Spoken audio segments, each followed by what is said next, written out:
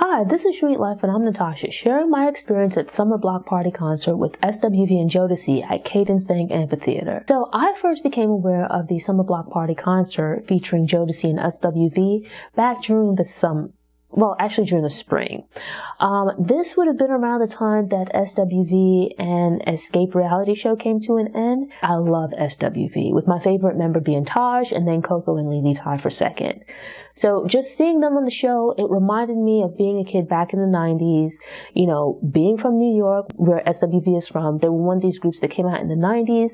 Absolutely loved them then, love them now. And so when I saw this reality show coming out, I watched it and I was amped up after seeing them perform. I liked how professional they were, how they carried themselves, and it made me want to go to a concert. Coco said that SWV would be going out on tour with Jodeci. Looked it up right away, and at the time tickets weren't on sale as yet, but you could sign up, like you leave your email address and they would let you know when tickets went on sale, which I did. They sent me an email on the day when you could start purchasing tickets, and I bought mine on the very first day.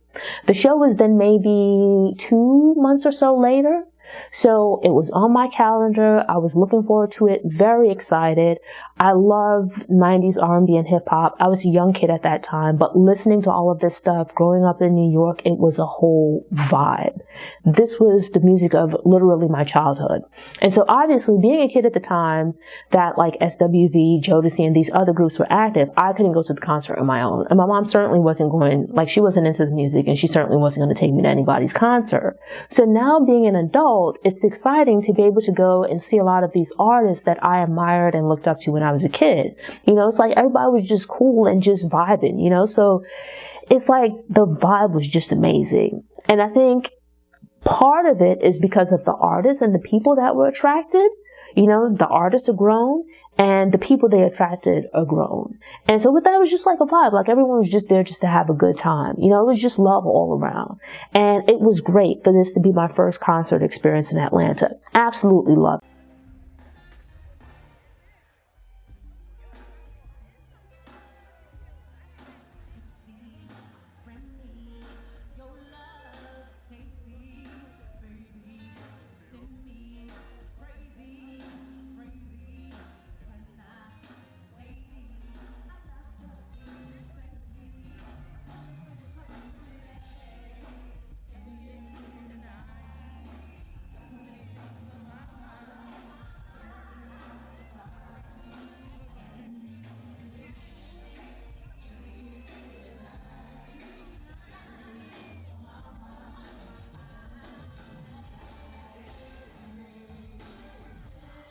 I went to go get something to eat and ended up missing the emergence of SWV on stage, but I could hear them. I was heading back to my seat, saw them on stage, and I was super excited. They started off with one of my absolute favorite songs of theirs, probably my favorite like fast song, or tied for favorite, which would be Can We. The vibe and energy just off the bat was absolutely incredible. They looked great on stage, nice outfits and whatnot. And this was actually my first time like seeing them in person. So it was like one of my childhood dreams come true. Absolutely amazing experience. And so with them starting with one of my favorite songs, it just set the tone for the night.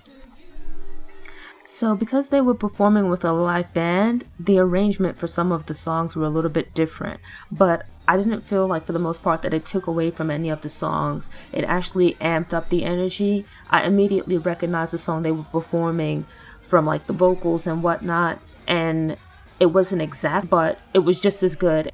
And so it was the 3 members of SWV as well as the band performing, but then adding to the mix were 3 backup dancers who also helped to amp up the energy. Like they were on it, you know, at points during the show, SWV, like they would mostly 2-step through the songs, but they also had like some dance steps that they mixed in as well.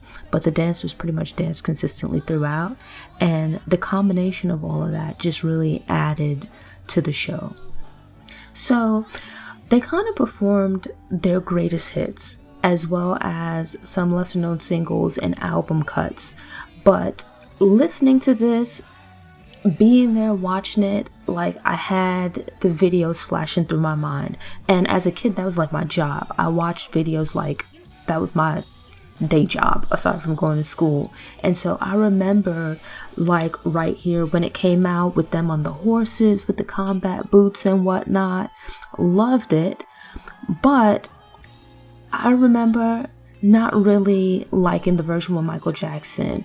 You're the One for Me when that came out, and with like the dancing and they had the motorcycles and stuff like that, just the vibe of it was dope. But here, this is actually, I think, at least as far as I remember, my first time hearing the remix version. And again, the energy of it was just really dope. I like the arrangement. The original version is dope, but the remix that they performed here, really, really cool. I think You're the One for Me was from like the second album, and not to say that their star was fading, I think the push for the album wasn't quite the same as the first.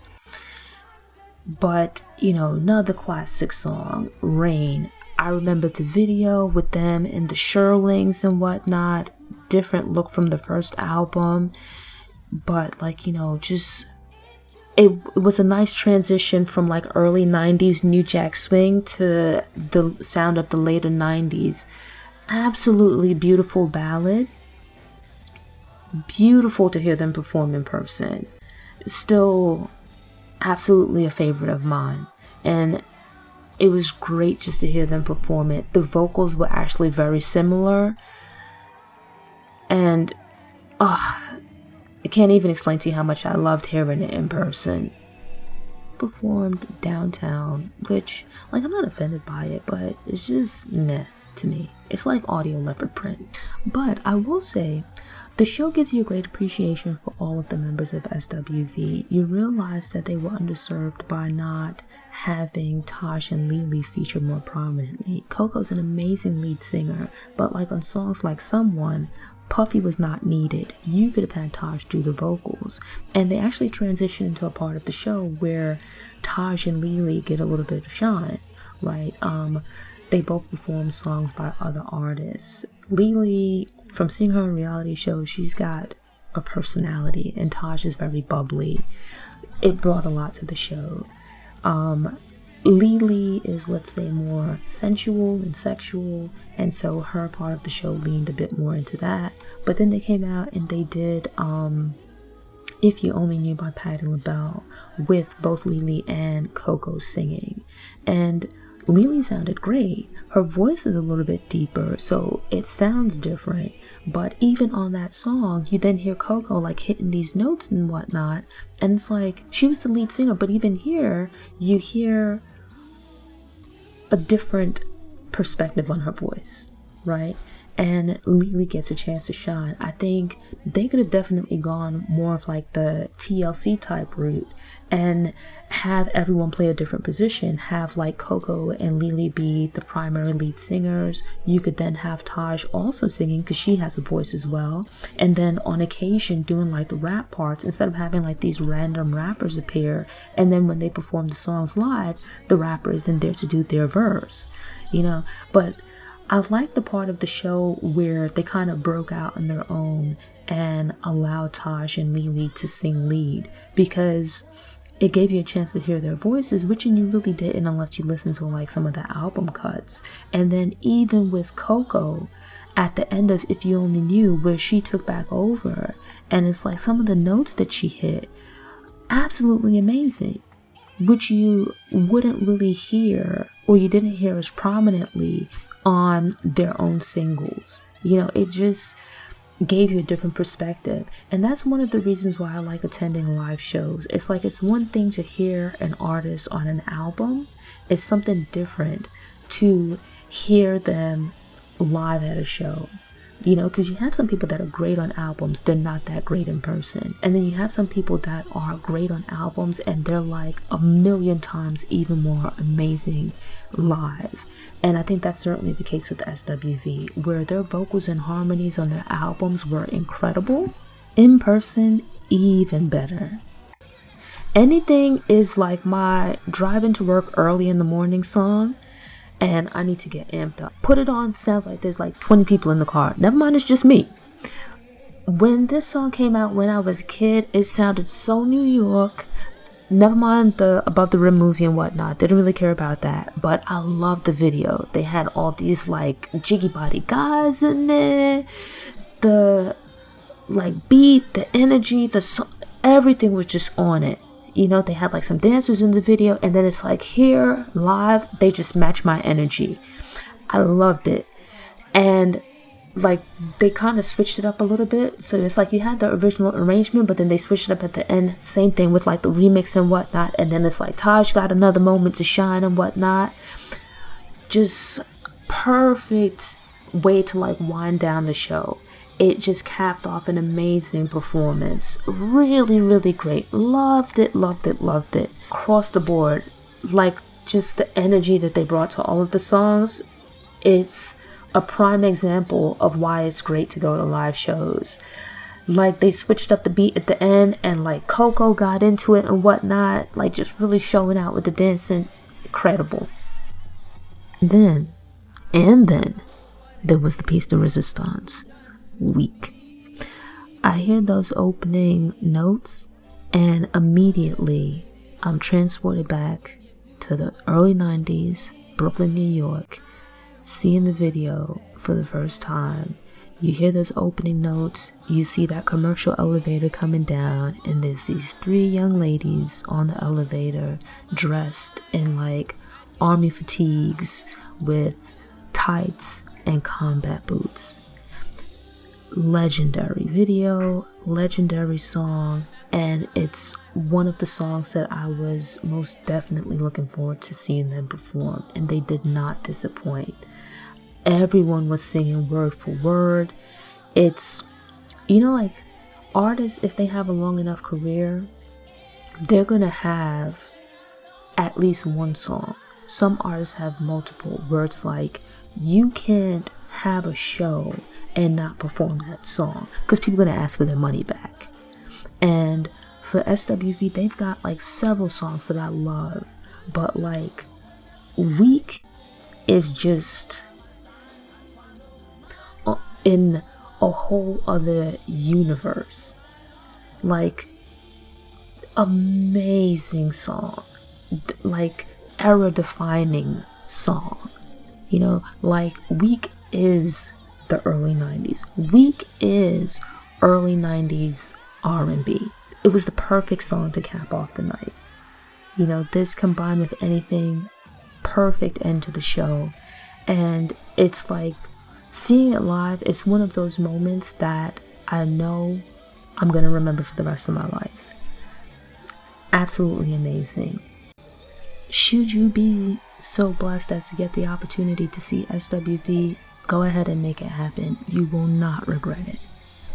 Now, I know there are some people who are just absolutely crazy about Jodeci. I'm not quite at that level, though I do like them. I like several of their songs, but you know, I'm not at the point where like I know the album cuts and stuff. I really just know the singles. I was really at the show for SWV, but ended up really enjoying Jodeci's part of the show as well. Now, one of my favorite Jodeci songs is Come and Talk to Me, because I think it's the perfect blend of hip-hop and R&B. You have that super hard driving bass line combined with silky smooth vocals that just make for an incredible song. I think it's a prime example of the perfect mixture of hip-hop and R&B without it leaning one way or the other too much. I think it's one of like the downfalls of R&B where you started just randomly putting rappers on every R&B song and the content leaned away from, you know, being about love and relationships and things like that. And listening to the songs, it was one of the things that I found refreshing with Jodeci, where you still certainly have R&B singers, but in the years since, male R&B singers have, I think, drifted away from the tradition of R&B and soul music and it being about love and relationships and the ups and downs and all that kind of stuff, to veering more into like rap territory, you know? So it was kind of refreshing to attend a show with male singers singing about love rather than just all about being in the club and side chicks and all kinds of nonsense and whatnot. It kind of gave me or allowed me to rekindle my appreciation for Jodeci and other male R&B singers from that era.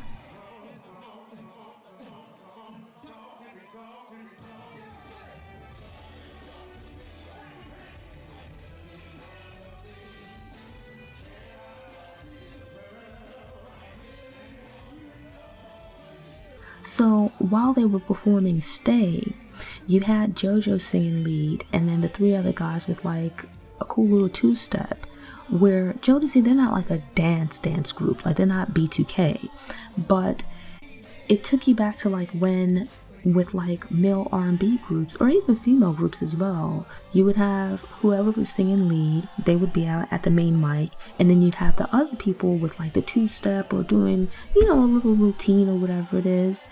And so it's like nice to see that, because you don't really see that with present day R&B acts, you know, like they don't dance at all, not even really like a two-step even.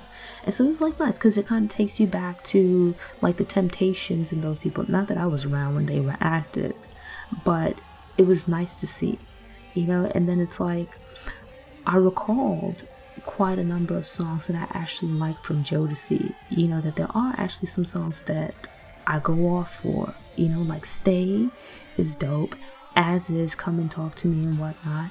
And it's like you have these classic songs from them with these lead-ins where it's either you have like Devante talking at the beginning and leading you in, or there's like, you know, Casey has like some little vocal thing that he does like throughout the show without like his ad-libs and stuff, which like Martin parodied on his show. You could hear people in the audience knowing just where to drop in those little ad-libs. And part of the thing about going to live shows is that there are other people present, other fans. You know, I was there for SWV. You had other people there who were obviously there for Jodeci.